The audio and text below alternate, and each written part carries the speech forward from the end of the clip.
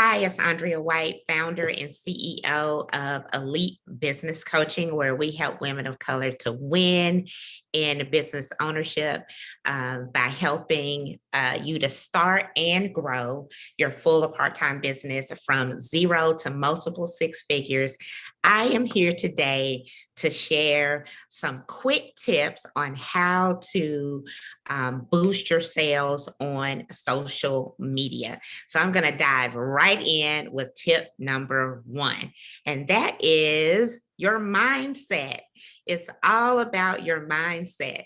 If you have a small following, if you're just getting started, or if your social media following is not growing in the way that you would like to, it's important to stay persistent, consistent, and to have patience. It's all about continuously showing up. It's all about being patient, choosing your social media superpower. So that means are you really comfortable on video? So that means you're going live. Your superpower is live. Are you a great speaker? And do you love to interview or be interviewed? That means your superpower is probably podcasting. Is your superpower all about writing? Do you love to write? That means your superpower is probably blogging. And so choose a superpower and implement that superpower on the social media platform where your customers are hanging out, not the social media platform where you are comfortable. And then you use that superpower over and over and over and over again. You want to use that superpower for at least a year consistently, and you want to watch your data as you go along. How is it going? Are people, are things getting better the longer, you're going on throughout the year using your superpower? And so whether your group is small, your following is small, you haven't quite decided what your superpower is, keep going, stay the course. And when self-doubt creeps in, or if you feel like you want to give up, when that creeps in, you just want to take a step back, take a pause, take a deep breath, reset, and get going at it again. Mindset, mindset, mindset. Stay positive, pay attention, be on the lookout for opportunities to be more creative. But more than anything, stick to it. Stick to it. Second, it's really important for you to understand that you cannot sell to everyone. You cannot sell to everyone. In our online environment right now, it is super crowded with lots of people selling, lots of people selling businesses, starting businesses. And so it's really important that you have a distinction, that you have a distinct audience of people, that you have a distinct customer profile, so that you are easily able to call them out. And so for me, that would be, hey, beautiful Black woman business owner, have you da da da da da, or do you da da da da da, or thank you for joining me. Or it could be, hey, budgetnista, fashionista, hey, jewelry lover, shoe lover, purse lover. Call your people out so that they can stop the scroll and say, hey, she's talking directly to me.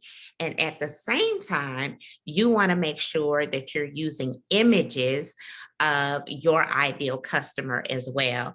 And so your words, your captions, your call to action, your content, photos, your images are all very consistent, and it makes it really easy for your ideal customer to be able to identify themselves as a potential part of your tribe. So you can't sell to everyone.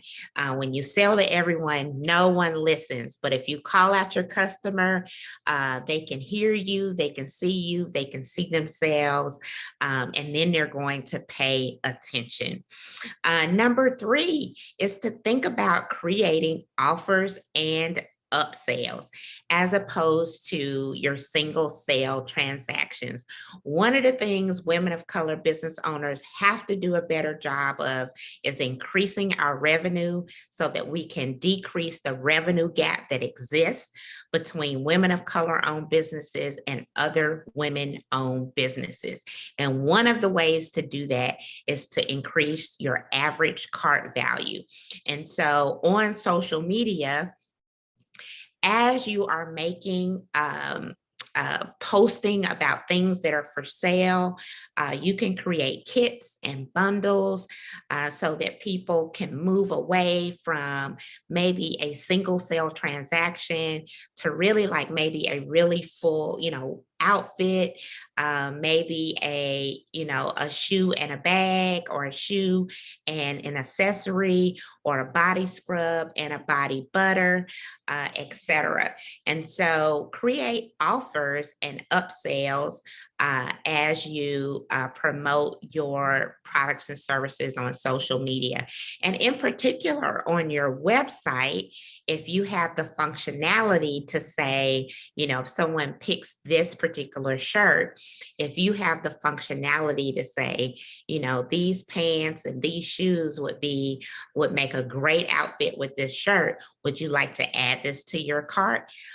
Just another way of creating offers and creating upsells. And so that particular strategy is not taken advantage of very often on social media. So you want to move from the single sale transaction to thinking about what offers, upsells, kits, bundles, etc. can you put together and still make money. It's profitable for you, but at the same time, you're increasing the average cart value for your customers. And then next up, you want to remember what social media is for. Why do people come on social media? It is to be entertained, it's for information, it's for news, it's perhaps to learn something new. And so as you create your posts, as you create you're featuring your products and services that are for sale, present them in a way that shows that why people are on social media. And so if you're going live, if you're blogging, if you are podcasting, whatever it is that you're doing in this digital online marketing space, remember that for the most part, people want to be entertained, they want to be informed, they want to get valuable content, but that doesn't mean that you have to be dry and present the information without any personality or without appropriate humor. So just remember why people are coming on social media, and then, put your posts, put your sales together in that way. And in that way, people will be attracted to your social media pages. They will want to follow you. They'll want to keep up with you, and they are likely to tell other people about you as well. And then the next tip is get in front of other people's audiences. And so as you think about creating these partnerships and collaborations, the first thing you want to do is make sure that the other person's audience could really potentially be your audience as well. And so if you have an online women's boutique, perhaps you go into a collaboration with a women's shoetique. Maybe you all do a virtual pop-up shop together online, or perhaps you go live on her page, she goes live on your page. And so, the people that buy from your boutique are always probably looking for great shoes. And the people that are on her site that love great shoes are always looking for great outfits to go with their shoes. And so you have similar audiences, but you're not in competition with each other. And this way, you're getting in front of new people on a pretty large scale, perhaps if you're doing this on a regular basis, and getting in front of new people and gaining new customers is another way of increasing your revenue.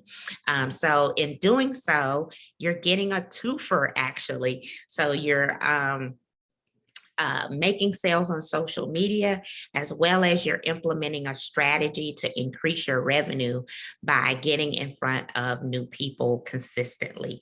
And then last but not least, this is the huge one.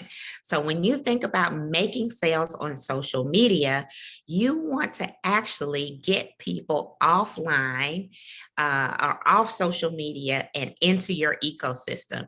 And so you want people to come off of social and into your email list, come off of social and into your text messaging campaigns. So what if something happens to Facebook or Instagram, if they have an outage or they go down?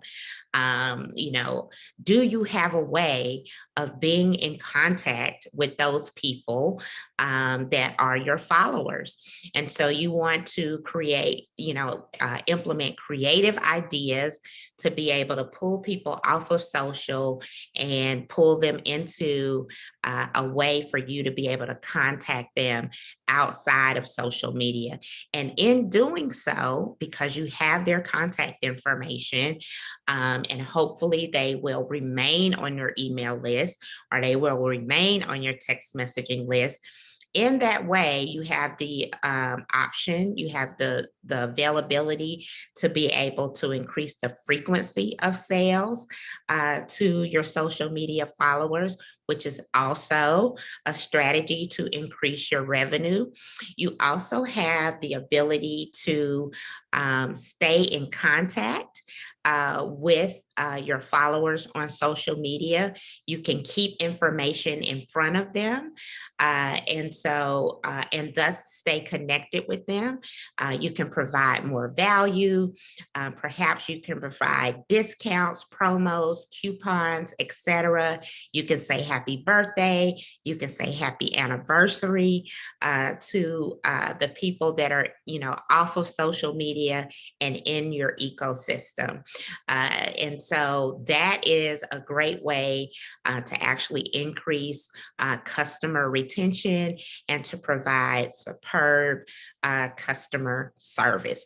So there you have it, a few strategies to make your sales on social media.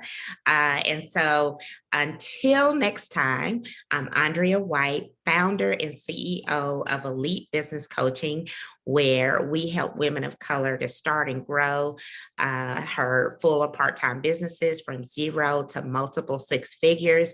If you found this information helpful, drop a comment down below.